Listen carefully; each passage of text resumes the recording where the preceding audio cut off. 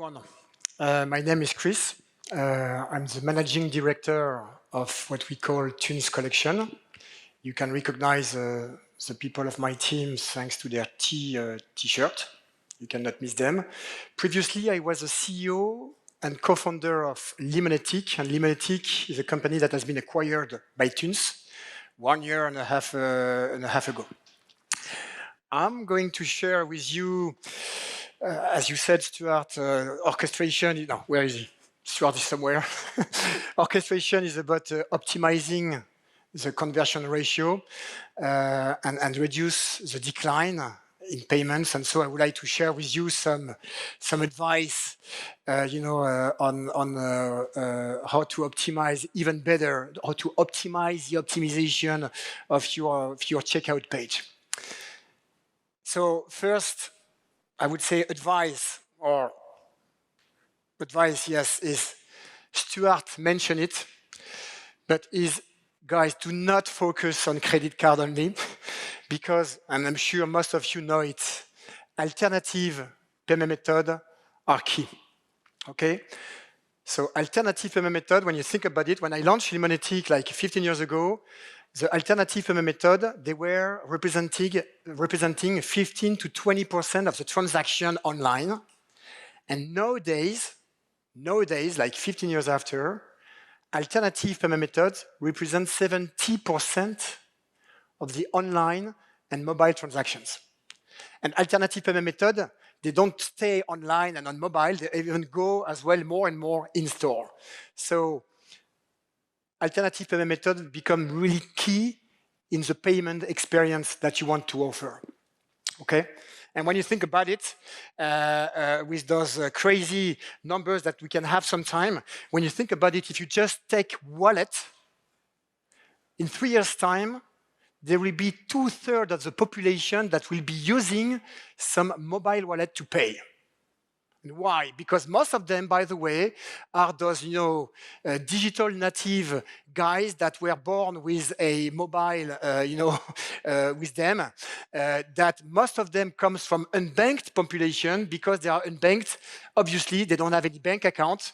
If they don't have bank account, they don't have any credit card. So guess what? Those guys, those Generation Z, they are going to pay with something that is not Visa, MasterCard. They are going to pay with alternative payment methods, okay?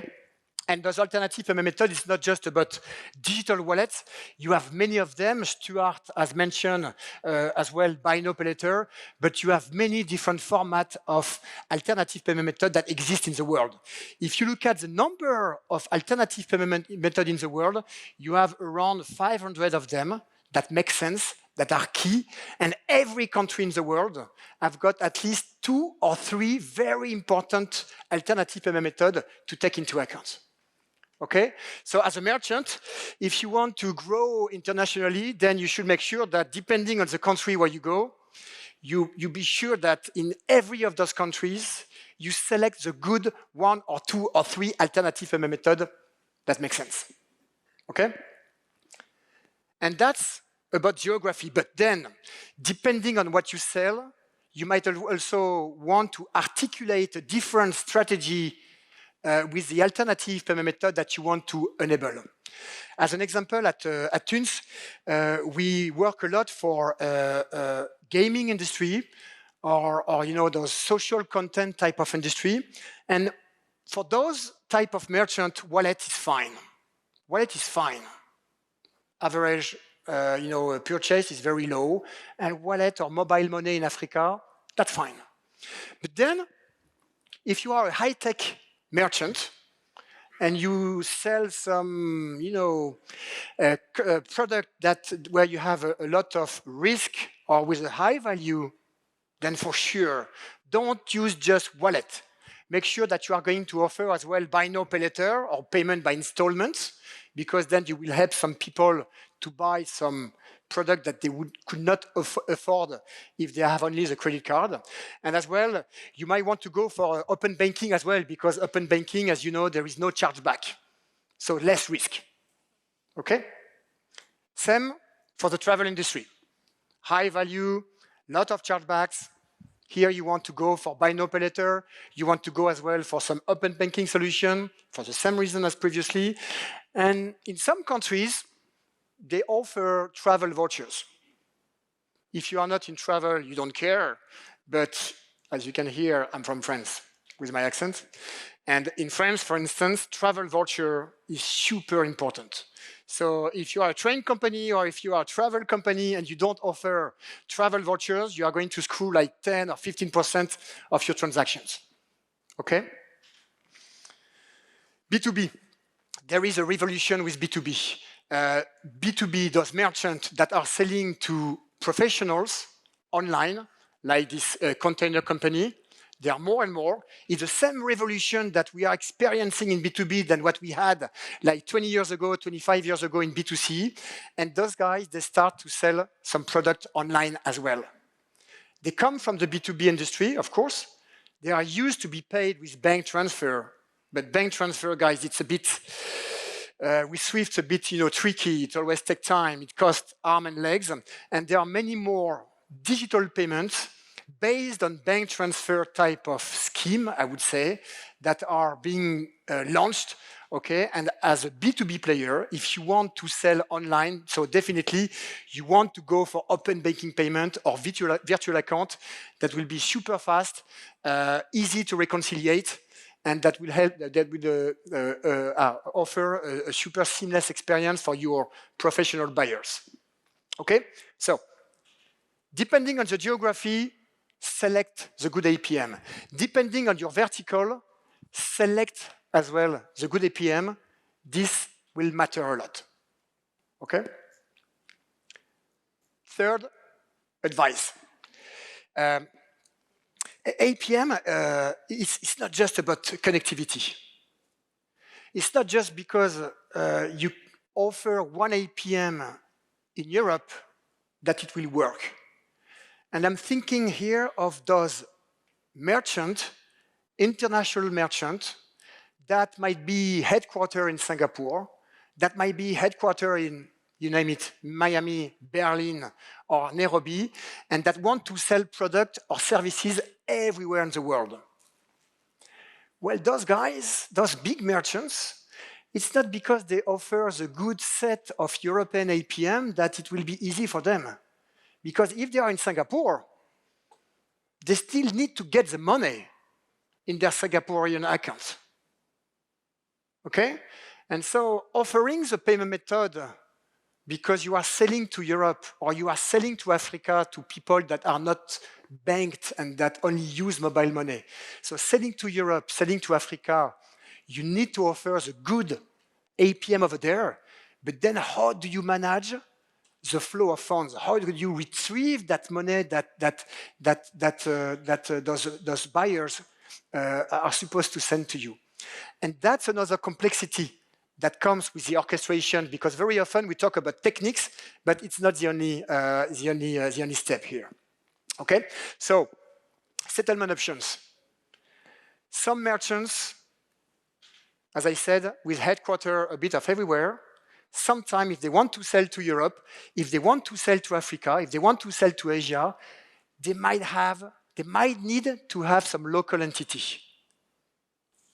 Wow, what a complexity. If you want to sell to France, you need to have a local entity in France. You want to sell to Berlin, you need to have a local entity in Berlin, etc., etc. That's complex. So to avoid that, maybe you might say, okay, I'm going to sell to Europe. No way if I'm in Singapore. No way I'm going to put an entity in Europe.